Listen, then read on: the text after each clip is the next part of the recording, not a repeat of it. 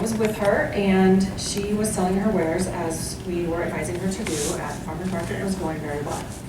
But at some point in the afternoon, a car backfired behind her, and the sound of it caused her to immediately dive under the table, and she left not just her wares, but also her cash register unattended for an extreme amount of time. And if you know that the organization I was working with is working with the IRC and the refugee community to do entrepreneurship, it makes sense that everything that she endured in Syria as a refugee, as all of the things that she witnessed before she made it to Salt Lake, made it so that her mind, she had an immediate response from her body before her prefrontal cortex, before the rest of her could catch up and remind her that she was now safely in Salt Lake downtown. So that instinct to dive, that immediate reaction is, of course, a trauma response, and that we feel like we have a perhaps slight ability to understand why that would happen. But I want to immediately also introduce you to Ben. I'll call him Ben. Ben might look, for some of us, like someone in our organizations. He looks like someone that could be in one of my classes, and he could even be here in this room. Ben, as a composite, represents someone who is also, though, affected by trauma. He just, we see him in a refugee program. He has an ability to concentrate at different times. He is surprised by the flashes of anger, and he doesn't respond how he needs to, how he intended to. And for other exhibitions of trauma that we can talk about later. But as I introduce you to these two different people, two different kinds of people, I want to start our day by suggesting something that I will tie to your ability to be a fantastic and incredible leader, colleague, and human. And that is, first though, to start with this idea, to plant in your head this concept that in some ways, everyone is affected by trauma. And the first definition, the only one you actually see right now, is the one that most of us think of, and you assign to people in extreme situations like the one I described for Najati. And so this is the definition directly from something called the Diagnostic and Statistical Manual 5. That is the most updated DSM-5 that often doctors, insurance companies use to make a diagnosis about this. And it's just like you probably already read, some exposure, whether it's to yourself, whether you witnessed it, extreme violence, threats of death, and serious injury, or perhaps a first responder or a healthcare professional that hears about this constantly. I want to send this definition away because I want to talk to you about something that doctors and therapists and professors and scholars are starting to understand and soak in. And so you are hearing some of the latest research and ideas and information that you can hopefully metabolize for your leadership tenure. Look at these other definitions of trauma. An experience where you became powerless. You were stripped for that time, for that period, for that situation of any self-determination. You were overwhelmed with your ability to cope. Essentially, you could not psychologically or physically or both integrate the experience. Or it was honestly any time that somehow your body learned that it couldn't protect itself, that somehow for that time and situation, fight, flight, freeze, or even fawn, as immediate physiological reactions to the situation, you couldn't get your survival needs met. So when you hear definitions like this, again, adopted by doctors, therapists, and hopefully each of us, then we start to understand that things like natural disasters, diagnoses, divorce, situations that unexpected, long-term exposure to deep poverty, to food insecurity, that sometimes, especially depending on how young somebody was, that they could be in so many positive and loving environments, but a wildfire comes through town and suddenly their ability to cope, they see their parents' ability to cope, is lost for a period of time. That is imprinted in the body, and that is a trauma. And so, now that you've met Najati and Ben, and you've spent a little time with me, I want to explain briefly why I think this relates to next generation leadership and what we're going to do with the rest of our time to help you be ready. So if you accept that in this room and around us, and perhaps even in ourselves, there is this idea that almost everyone is affected by trauma. And what I propose is that something called trauma-informed leadership could be a very powerful, I hope it's not a secret, I want to say a secret to next generation leadership, but I hope that what we work together and collectively with a growing and large number of people behind us is change a little bit how we lead so that people can have more days not activated, more days calm, more days creative and innovative instead of even temporarily living in hyperarousal, fear, and just survival mode. So what we're going to talk about is called trauma-informed leadership, and there are 5 principles, and we'll get to them before my time is up. But I think we need to step back of why it might be a secret of next generation leadership, an open, hopefully, not very secret. And I think what we're learning, again, as doctors, as scholars, as managers, I think that we're learning that we were trained. There was a gap in our training. We were trained, not wrong, but there was a gap. There's something missing in how historically we have trained leaders. And see if this makes sense, this idea that I'm about to share. And that is we're starting to realize that we were trained with a gap, and so we're training people and treating people with a slight gap. And the gap is we spent too many years honoring and over-deifying the idea of man as machine, company as machine. And so think about it, we talk about giving people input. We set up systems that really reward constant consistency and above all, efficiency and conformity. We push for that out of ourselves and out of our organizations. And what happens that we're starting to see in the last few years, we're starting to realize that man is not a machine. Man and the burnout, the anxiety, the stress, and the belief, the understanding over more now than ever, we are not machines. We're meant to treat ourselves like that or treat each other like that. So leadership used to be honored for its ability to be repeatable and have tons of efficiency. And my argument is that next generation leadership will be honored when you understand your own humanity and you have a way to access, encourage, and bring out the humanity of others. So that can be done with something called trauma-informed leadership. And it's different, it's an extension, and it has neurobiology, it has a lot of roots to great leadership principles you may have heard before. So you'll hear some things, but today you'll understand them, not just as good principles for people who put customers first or employees first. There's a way that you can just put humanity first and be a different kind of leader. So as I go into this is an important point, a place to pause.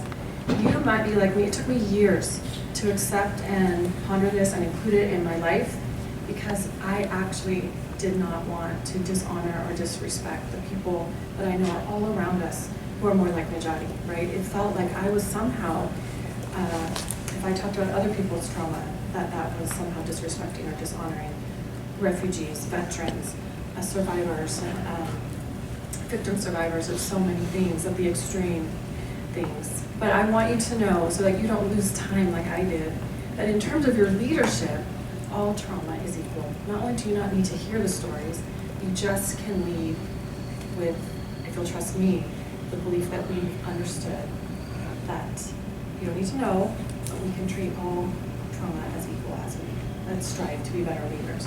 Now, if you're a doctor, you can talk about allostatic load. I don't mean to, again, to diminish, but I want to give you the freedom. If you're willing to believe this bullet point, then you will be faster at trying to enact some of these things. Okay. This was important, bizarrely important to my husband during our practice in the living room where we practiced this talk. He was very adamant, I think because he just came from a lot of leadership conferences as a man who works for Adobe, just came back from one, and he said, I think we need to let them know that these are skills. This is not another leadership style. So keep your individuality that you just heard about. Keep your passion and the grit and the style that you've already developed to be the kind of man or woman that's here today, to be the kind of manager and leader that you already are. You're here because of some of your natural uniqueness. So I am not trying to change your style. I'm hoping to supercharge, encourage, or give you some skill set to make you more confident in your style. So that makes me feel like I can stay in a super happy marriage where I made him a goal of mine. And let's move on to what are the 5 features of a trauma-informed leader. And when you see these, I'm going to give you some examples of things you can do today as well as tomorrow, and if you have a whole year to get ready, if you could change your organization over a year. I hope you'll cherry pick what is easiest for you, I hope you'll be proud of yourself as you recognize, I'm already doing some of these things, I just didn't know how much they might be helping someone. And so, also, I'm going to spend more time on the first 3 and almost no time on the last 2 because they build. They build, and if I were to create the slide again, I'd make it like a pyramid instead of sort of equally sized boxes. So, let's jump right in. Again, helping you realize that you should cherry pick. We'll define them, we'll talk about why they're important, and then we'll give you actual tips to enact these, if you're so inclined. So safety, of course, exactly what it sounds like. That the people around you need to know that when they work with you, when they work perhaps for you, when you have some temporary given or assigned power over someone, that they're safe in the place where you are doing your work. So we're going to spend some time on the physical safety that people need to feel insured about. And then, of course, there's psychological safety. So safety being a freedom and a feeling that they're free from threat or harm. So what does it matter? And I think these will make complete sense. We won't feel them. But of course you know for yourself that if you don't feel safe, if you are what we call sort of hypervigilant, then you can't learn and you can't work. And this is what we're hoping is people will help us and we will get great work done. So then it's a human right that everyone has a right to feel safe. And here's something, I hear this when I think about my son, when I hear that, and you've all heard this too, that sometimes for some people in grade school, or formal school, not college, that sometimes the hot lunch at school is the only meal that person gets in a day.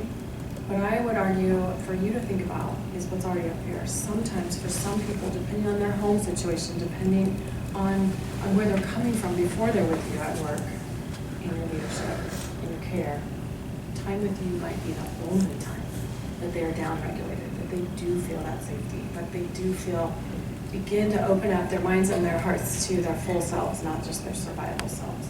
So I love that you could take that charge, that you might be the only time, or time around you might be the only time that someone is safe. So this is what some safe leaders do. And some of this will be very natural to you, but yet we still need to remind people.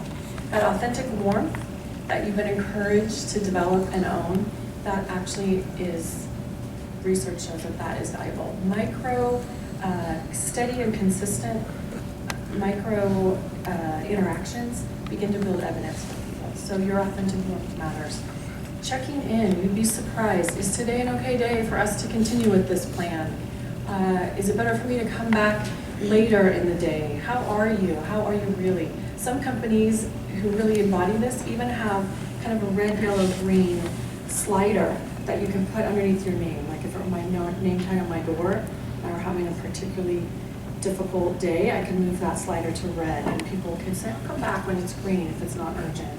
Or it allows people to not have to ask you to re-trigger you, but to know what they're working with. So something as simple as we could all go around with a red, yellow, or green badge and understand that that's a form of check-in or making check-in using your own. For people who are temporarily, occasionally, this isn't constant. That's why people can't even tell you or warn you that it might happen. But for people who are having a manifestation of trauma at work, they're either in hyperarousal, constriction, or intrusion.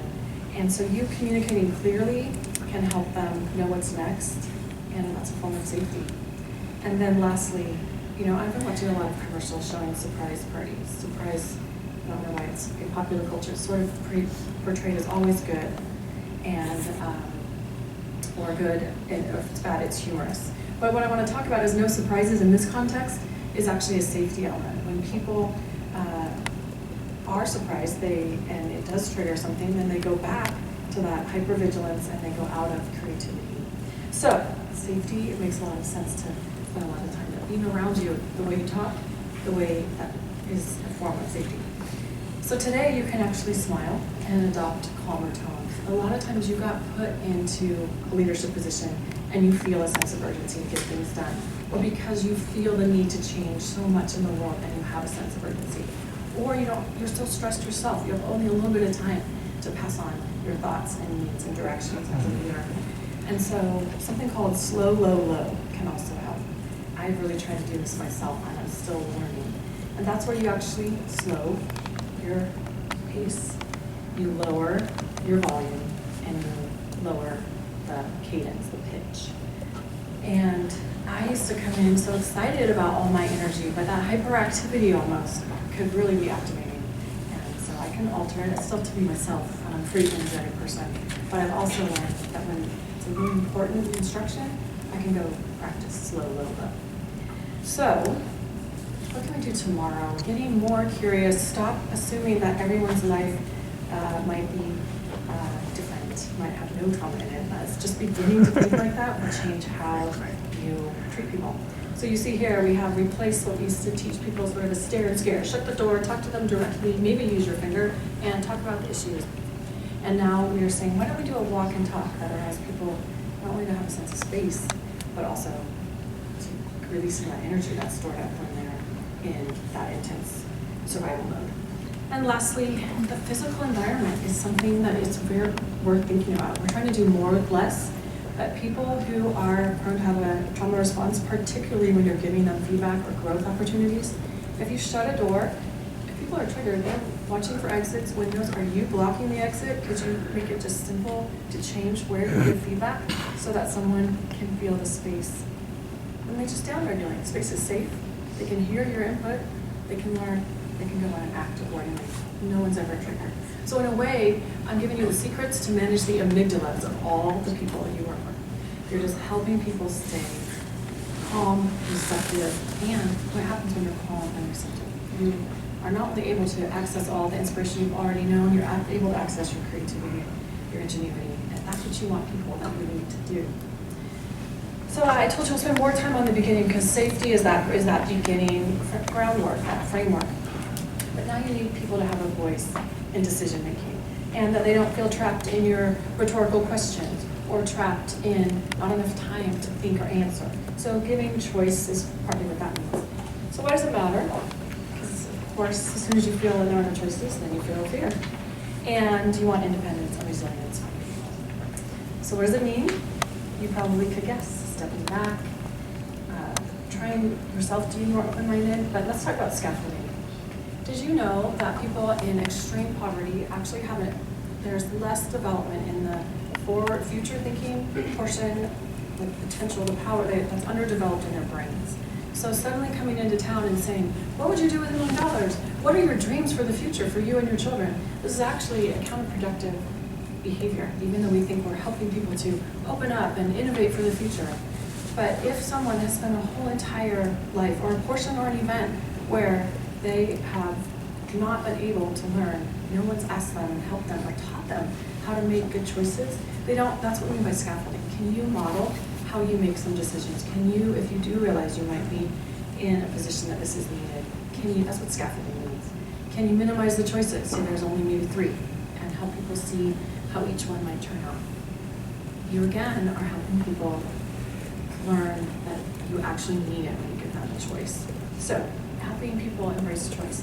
So bounce back, I think, is fancy for the Socratic method. When someone asks you a question, sometimes you're so proud that you finally made it to a leadership position that you'll answer them quickly. I have the answer. Leaders have all the answers. But this is a change where instead you'll be a leader that asks, what do you do? What do you think we should do? What would happen if?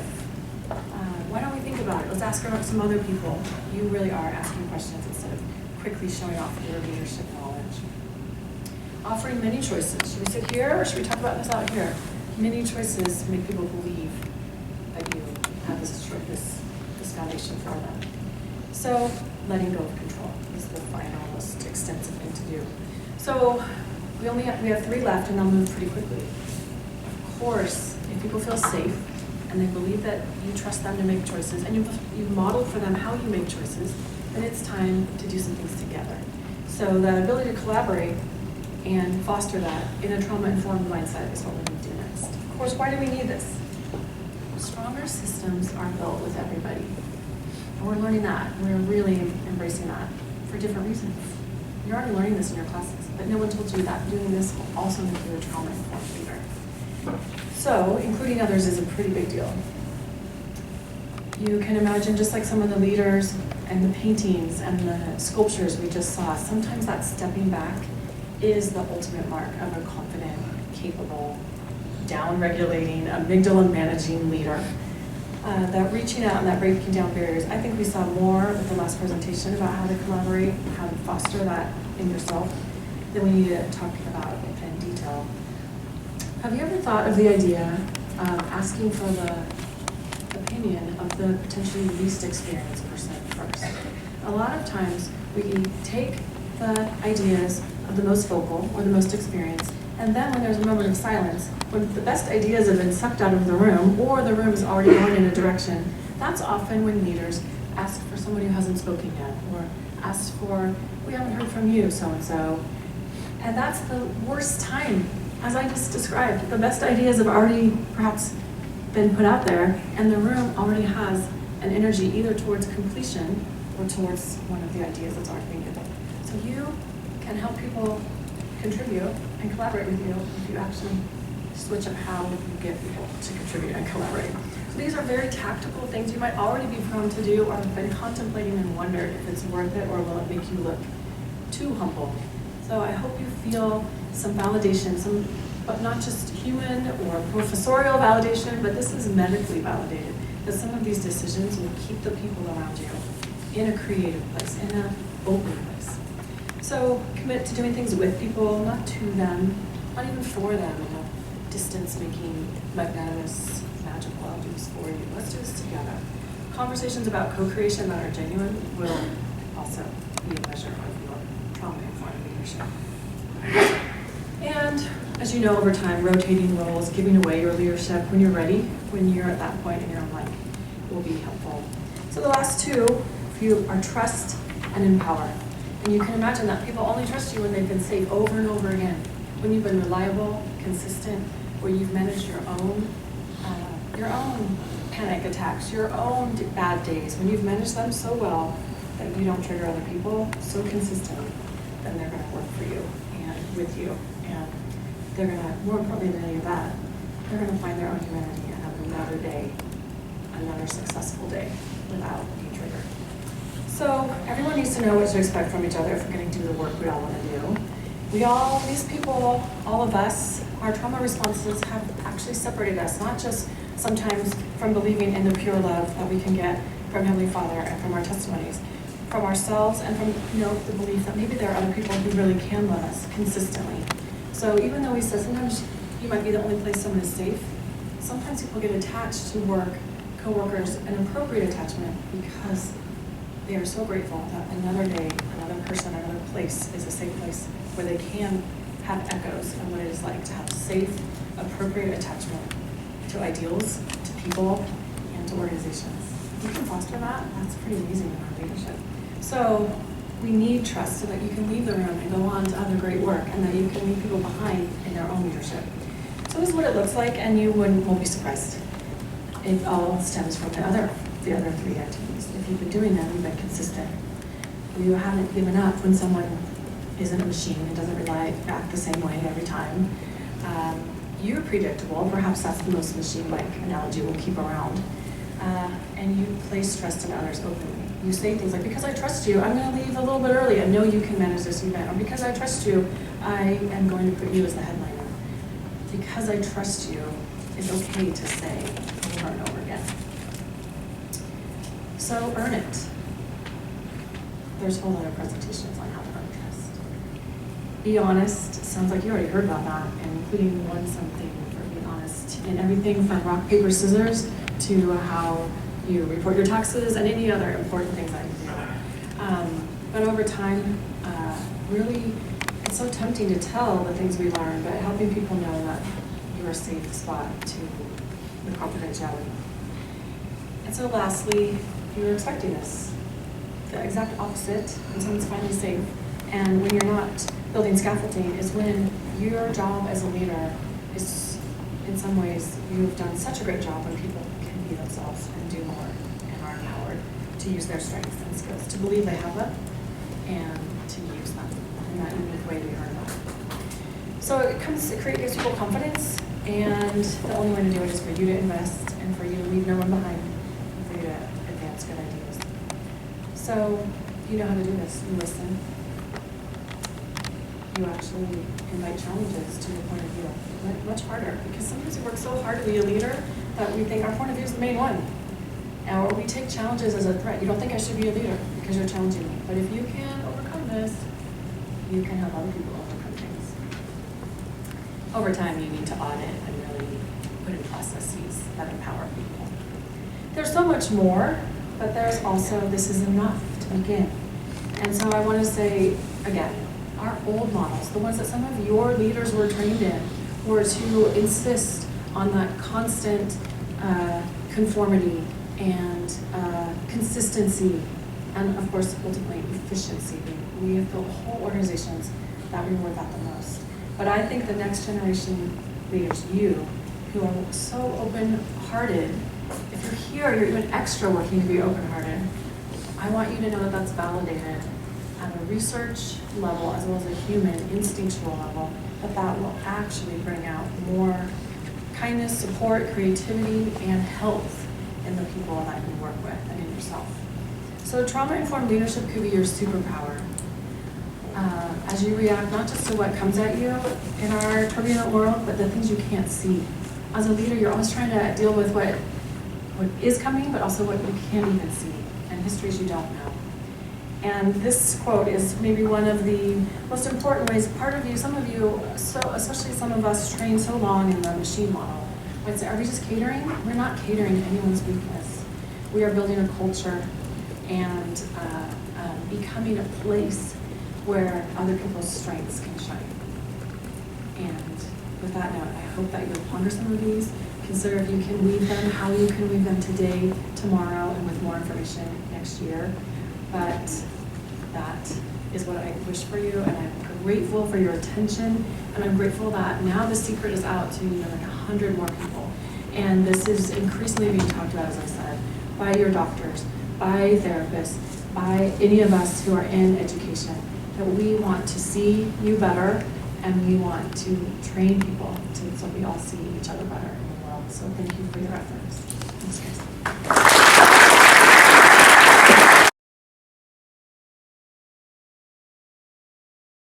Okay, Lisa, picking from one of many great questions, how can we relate and help those who have gone through traumatic events when we have not gone through a similar traumatic event?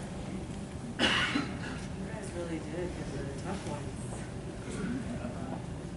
See, you're... If that's not right. Is that What an important question, but also that's a tough one. In some ways, though, I guess I started to answer it. It means a lot when people can't control these reactions, right?